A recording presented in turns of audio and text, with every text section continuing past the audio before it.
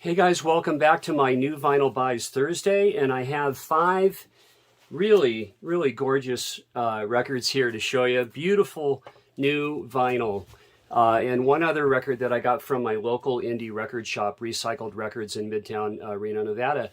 One thing I did want to say, you guys, I live out here in the west in the Sierra Nevada mountains, and we are safe here. My wife, my son Sean, and myself. My heart goes out to the folks in South Lake Tahoe, California. That's the big town on the south end of Lake Tahoe, and their homes are threatened, and there's going to be some homes getting burned up. And so sorry about that. We should be safe here. We've been inundated with smoke. The whole month of August, I've seen about 2 or 3 semi-clear days. I think we had one clear day. 1.5 about, and it's pretty darn smoky today. So again, I just want to mention that. So let me go ahead and get started with the records.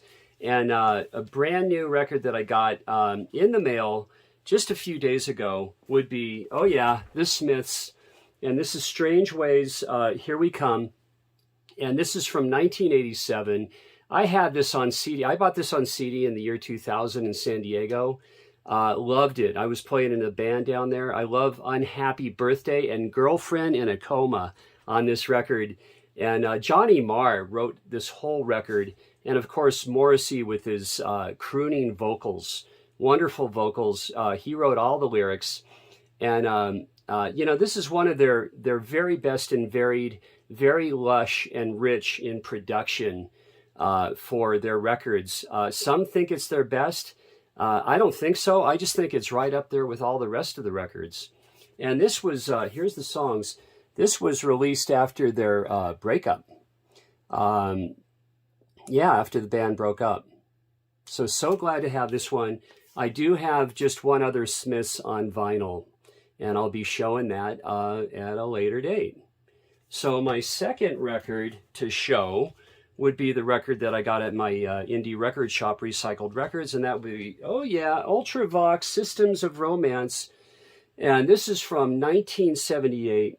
This is John Foxx's very last record with the band. And Gary Newman clearly cites this as his biggest influence for everything that he ever did. And, this had such a strong influence on electropop groups like Erasure, a lot of different groups, Tears for Fears. I mean, the list goes on and on and on. This is recorded in Cologne, Germany. And heavy effects, heavy like triple recorded synth bass guitar, stuff like that. Killer music, love it. There's the songs. And the inner sleeve. Let me show you this, all the lyrics. And look at that cool label for Ultravox. I did pay a little bit for this record, but it's what it was worth, really. And my third record that I want to show, I was at a local retail shop, and I wasn't finding anything. I'm flipping through, right?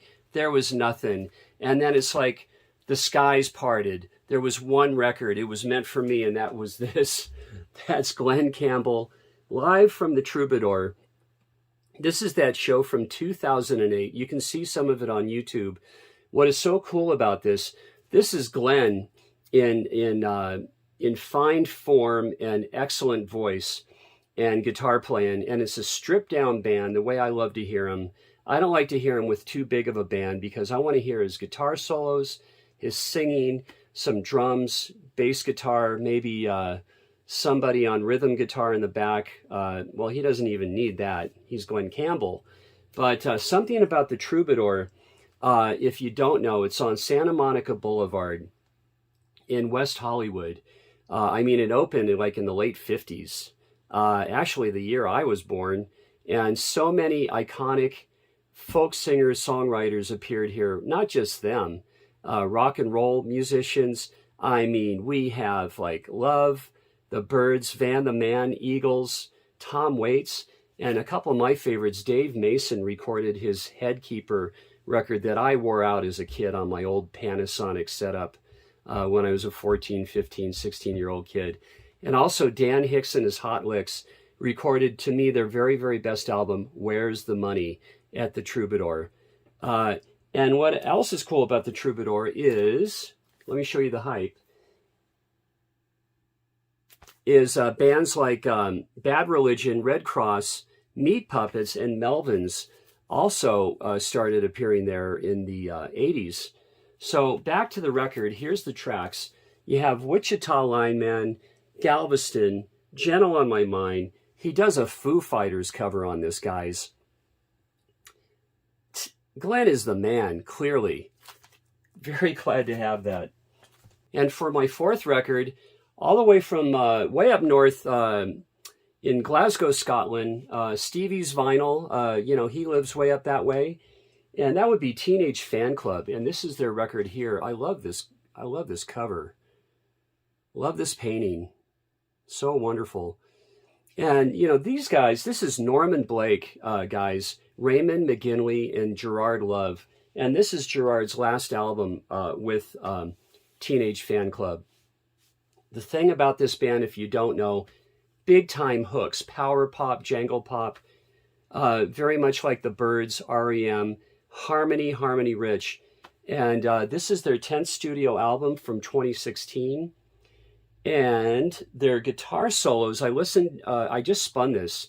I took the shrink off. Let me show you. Here's the hype. And this is going to be going on my new outer sleeve.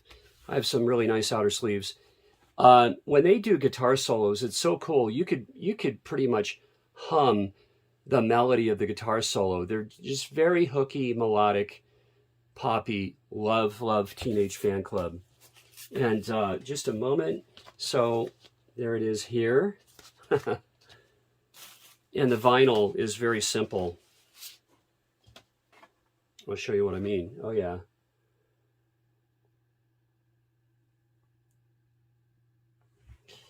All right. So that's Teenage Fan Club. And my last record to show, this is a band I love so very, very much. Collected them heavily in the past 10 years. Have just about everything on CD, and I've been buying their music on vinyl. And that would be The Pretty Things.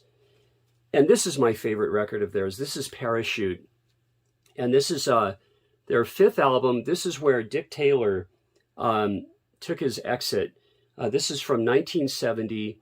I mean, this is psychedelic rock, popular psych, recorded at Abbey Road Studios. I showed SF Sorrow last week. That's an essential album. And then their first two other records are also very, very essential. Very garagey, very Stonesy, Rolling Stones-like. And originally this was released on Harvest Records, and this is a reissue on Madfish.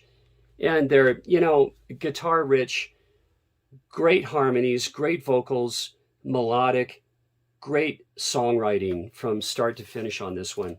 Here's the hype.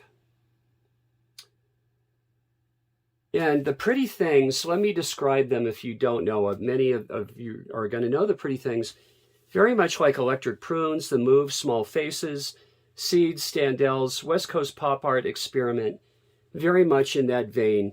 But The Pretty Things are very unique and very wonderful. So that's about it, guys. Thanks so much for watching, and I'll see you on the next video. Okay, see you next Monday for my Thrift Store Finds Monday. Cool.